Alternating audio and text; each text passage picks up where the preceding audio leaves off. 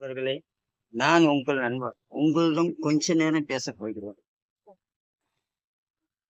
என் மனதில் தோன்றியதைத்தான் நான் இன்றைக்கு உங்களிடம் நான் பேசப் போகிறேன். அவ்வளவுதான்.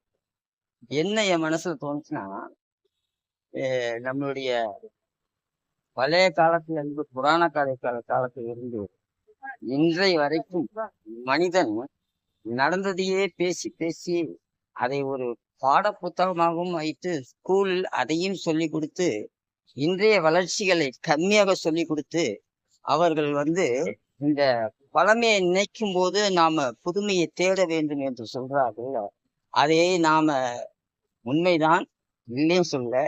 ஆனா இன்றைய காலத்தில் இன்றைக்கு சூழ்நிலையில் இந்த நிமிஷத்தில் இன்ற வரைக்கும் நாம என்ன செய்து கொண்டு இருக்கிறோமோ அதைத்தான் நாம செய்ய முடியும், செய்து கொண்டு இருக்கிறோம்.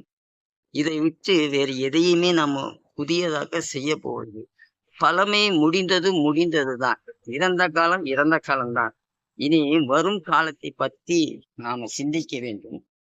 அந்த காலங்கள் எப்படி என்றால், நம்முடைய வாழ்க்கையில், நம்முடைய கடமைகளில், நம்முடைய செயல்முறைகளில் நமக்கு தகுந்த மாதிரி நம்மளுடைய வாழ்க்கை மற்றவங்களே சப்போர்ட் பண்ணாம, மற்றவங்களுடைய சப்போர்ட்னா மற்றவங்களுடைய பார்த்து நாம அவங்கள போல ஆயிரணும் இவங்கள போல ஆயிரணும்னு நினைக்கிறோம்.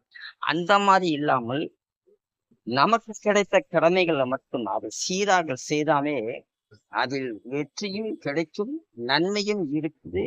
அன்றாட காலகட்டங்கள் நமக்கு கடந்து சென்று விடும். இதை விட்டு அவர் அப்படி இருந்தார், இவர் இப்படி இருந்தார், இவர் இதை செய்தார், அவர் அதை செய்தார், அப்படி இருக்கும்போது நாம இதை செய்துடுவோமோ அதை செய்துடுவோமோ அப்படிலாம் இல்லை. அவரவருக்கு விதிக்கப்பட்ட விதின்னு என்று நான் சொல்ல மாட்டேன். நாம செய்த கர்ம வினைகள் தான் விதியாக மாறி வரும். அவரவர் செய்ய வேண்டிய கடமைகளை அவரவர் செய்தால் மட்டுமே அதுக்கு நமக்கு நன்மை கிடைக்கும். நான் உங்கள் நண்பன் ஒன்றே ஒன்று சொல்லுகிறேன்.